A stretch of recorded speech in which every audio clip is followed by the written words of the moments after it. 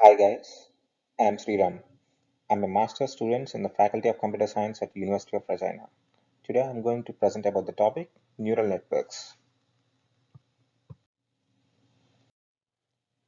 This is the overview of my presentation.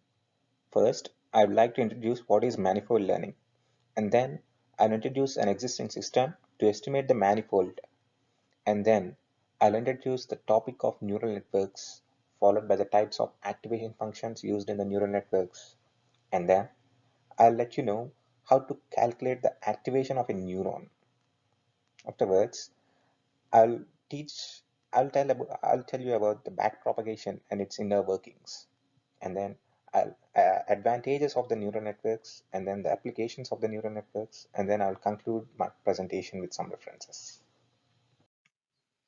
An important concept underlying many ideas in machine learning is that of a manifold. A manifold is a connected region. Mathematically, it is a set of points associated with a neighborhood around each point. From any given point, the manifold locally appears to be a Euclidean space. In everyday life, we experience the surface of a manifold on that as a 2D plane, but it is in fact a spherical manifold in 3D space, right? The concept of neighborhood surrounding each point implies the existence of transformations that can be applied to move on manifold from one position to another position. In the example of world surface as a manifold, one can think of as we can walk on north, south, east, and west. Most of the machine learning algorithms considers the multidimensional manifold as a low-dimensional manifold. For example, in everyday life, we can think of roads as one-dimensional manifolds embedded in three-dimensional space. We give directions to specific addresses in terms of address numbers along the 1D roads, not in the terms of coordinates in 3D space. Let us think of an intuitive example of human dataset where we have the features of age and leisure time. Let us consider age on x-axis and leisure time on y-axis.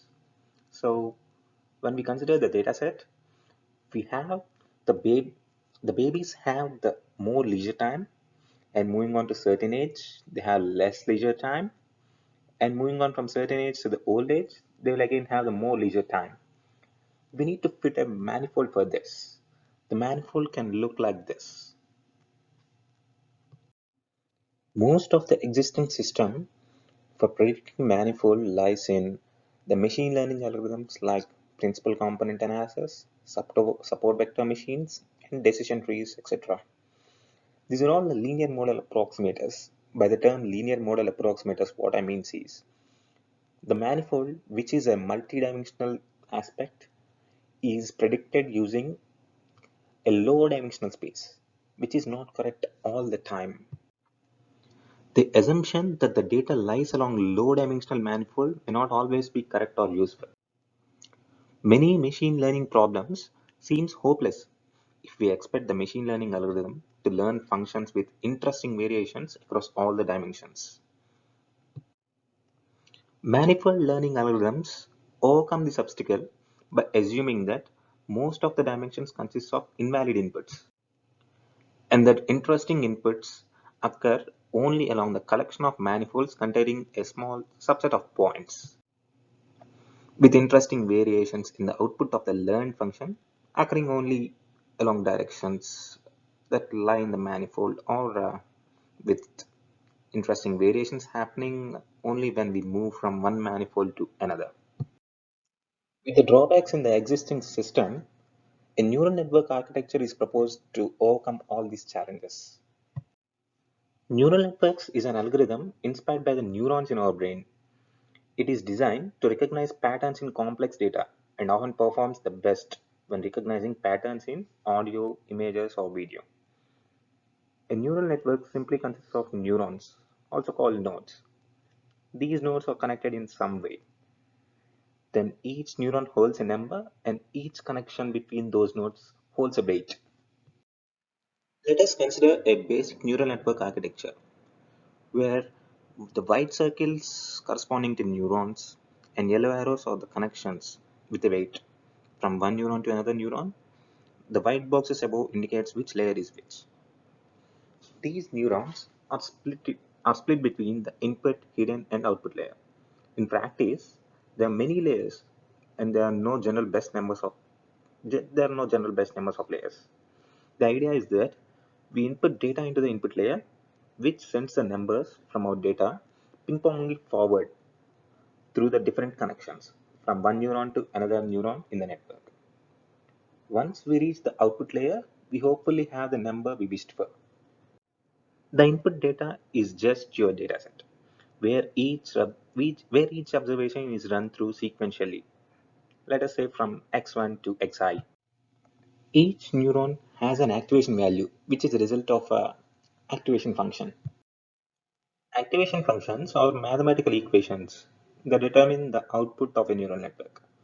The function is attached to each neuron in the network and determines whether it should be activated or not based on whether each neuron's input is relevant for the model's prediction. Activation functions also help normalize the output of each neuron to range between 1 and 0 or -1 and 1. An additional aspect of activation functions is that they must be computationally efficient because they're calculated across thousands or millions of neurons for each data sample.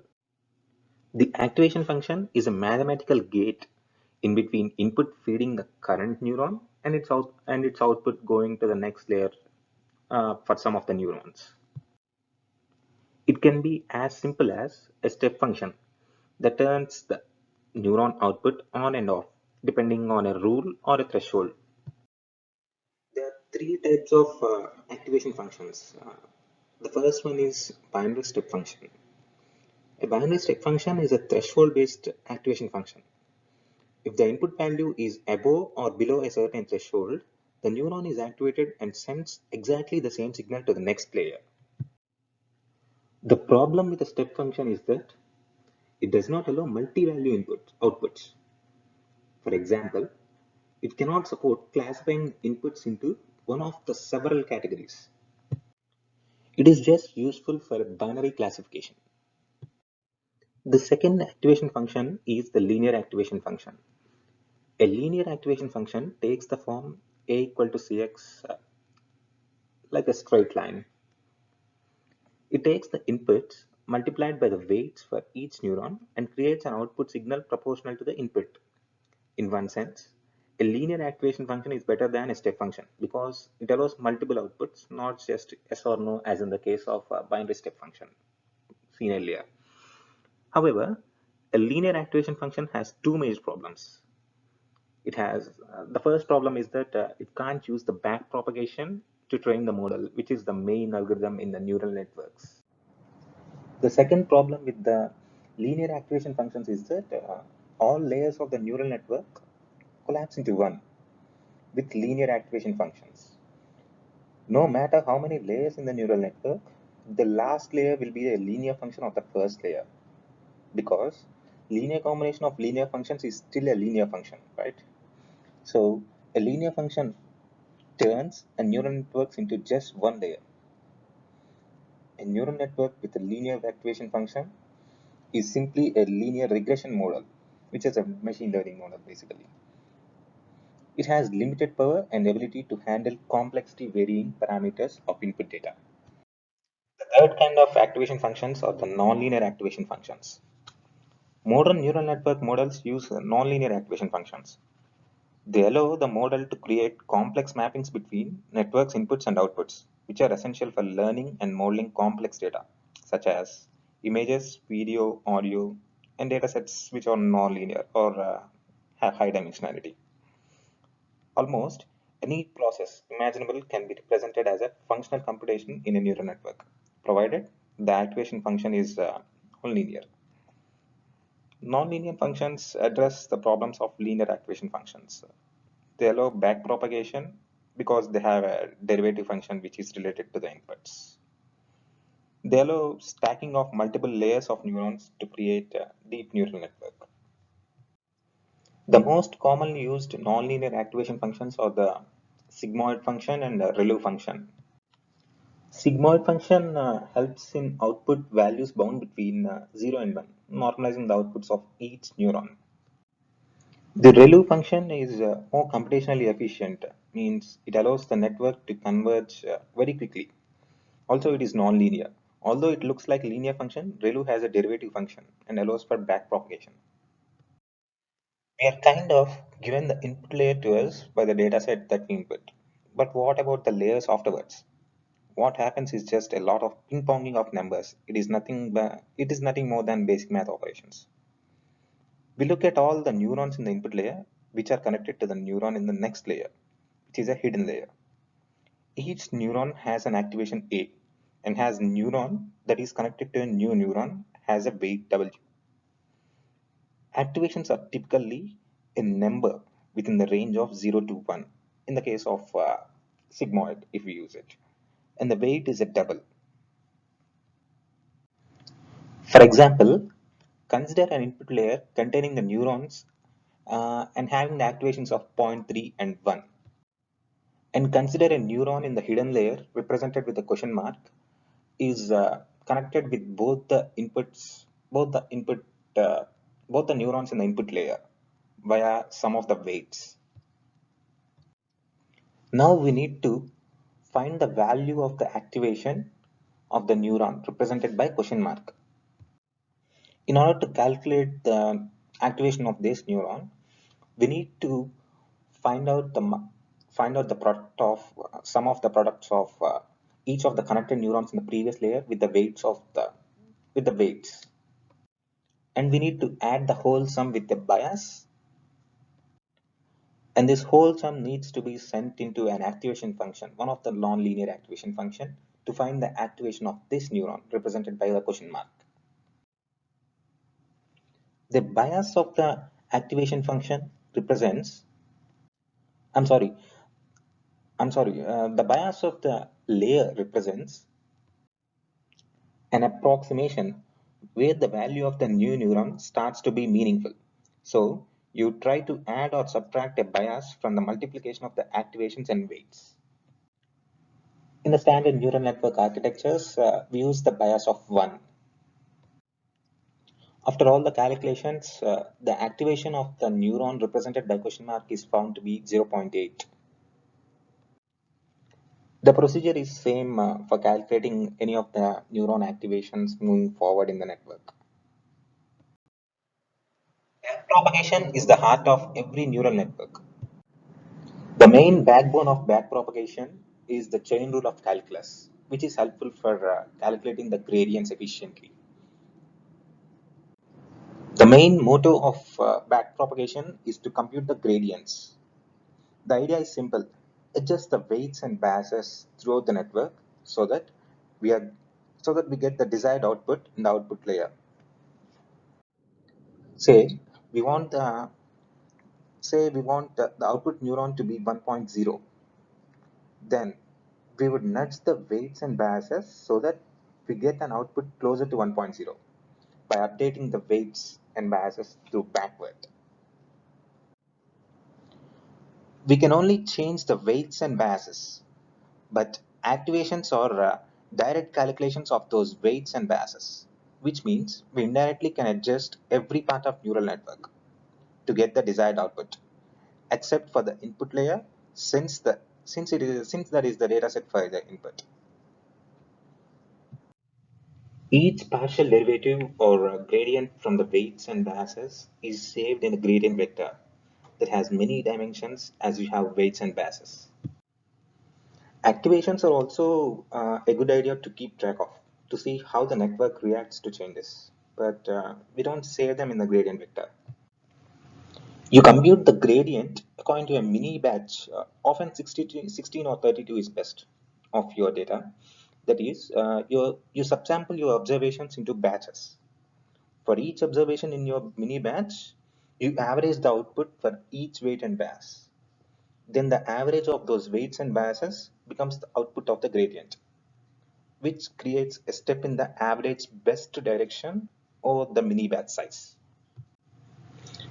Then you would update the weights and biases after each mini batch. Each weight and bias is nudged a certain amount for each layer L. The learning rate usually determines how fast the weights and biases learn the actual weights and biases of the actual data distribution. So it usually between 0 and 1. Advantages of neural networks.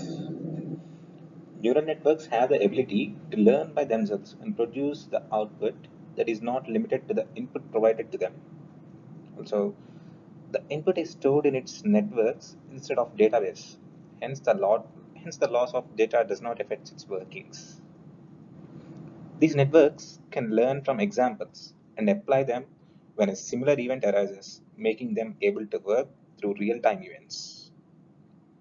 Even if a neuron is not responding or a piece of information is missing, the network can detect the fault and still produce the output. They can perform multiple tasks in parallel without affecting the system performance. Neural networks are currently being used to solve many complex problems, and the demand is increasing with time. The wide number of applications, starting from image processing like face recognition and language processing and translation techniques, and root detection techniques, speech recognition, and forecasting techniques, all of them are being handled by neural networks. The more the neural networks are exposed to real-time examples, the more it adapts. Neural networks are capable of learning from faults, thereby increasing its capacity to perform well. Estimation of multidimensional nonlinear manifold could be an easy task with neural network self-learning architecture. These are the references that I have referred the neural networks concepts from. Thank you.